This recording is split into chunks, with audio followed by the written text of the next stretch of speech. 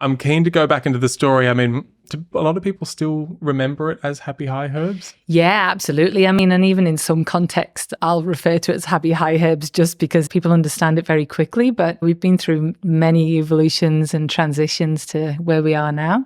Because it's such a grassroots and beloved company. Even I remember growing up and coming up here and going to the Happy Herb store and just being tripped out by how trippy it was and how counterculture it seemed. And it was just like a hippie haven. And I'd like to hear about the journey of maybe get a backstory of maybe from the beginning of when Ray seeded it and what the purpose of it was. And then getting to that point where you're there working with Ray and seeing that the business is potentially needing to go through an evolution. For some reason, sometimes I think of it's like a Pokemon that needs to go through this big evolutionary cycle, become like a new thing almost, but as long as it keeps the essence and the spirit in place. And it takes a bit of custodianship and stewardship to maintain the essence during those processes. I'm keen to hear more about it. Yeah, well, I mean, the main thing that's been consistent throughout since it was very first born was the mission statement, which was all about promoting the appreciation and culture and use and availability for herbs. And we've steered in a few different directions from that, but that's always been the anchor point. And so, yeah, Ray started it, I think it was 1996, and he was a corporate guy. He was a car salesman, a vacuum cleaner salesman. He was a salesman, and he was reaching his midpoint in life in his 50s, and his partner started using herbs, and he couldn't believe how amazing they were. And then he found out that we couldn't talk about them. And so he got quite angry about that. And then this mission within himself was born and his life's work. And so he started opening up our first shop was Market Stall in Newquay, and then the first shop in Nimbin.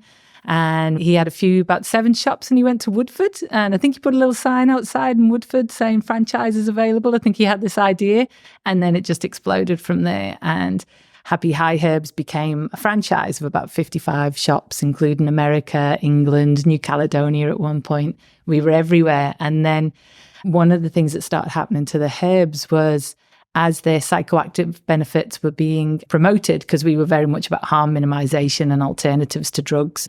And so as their psychoactive benefits were becoming popular, they started to get banned. And so as part of protecting that, Ray worked with a chemist to synthesize the psychoactive components of them so we then could have these legal highs, so to speak.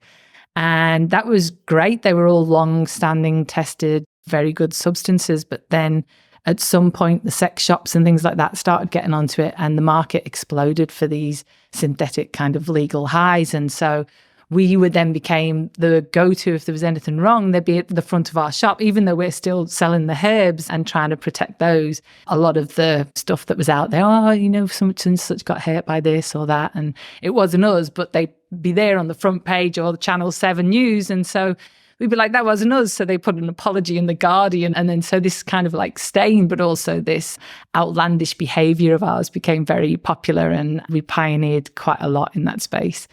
And yeah, so what happened with those molecules then is they just banned the molecules. So a new molecule had come out and they banned that molecule. And so what happened was all these substances were coming out into the market, not necessarily that we were getting involved in, but this is where the legal synthetic high story started going wrong. And so we pulled back from that. And then eventually, about 10 years ago, they just made a blanket rule, the government, of anything that you suggest has a psychoactive effect is banned. So if I give you a cup of chamomile tea, apart from coffee, sugar, alcohol, all these other things that quite clearly are far more psychoactive than anything we'd understand. And these amazing herbs like ephedra, which is like, it's pseudoephedrine, it's one of the best herbs for asthma, and so many other things like kratom as well, which is amazing for addiction support. So many herbs got taken away there.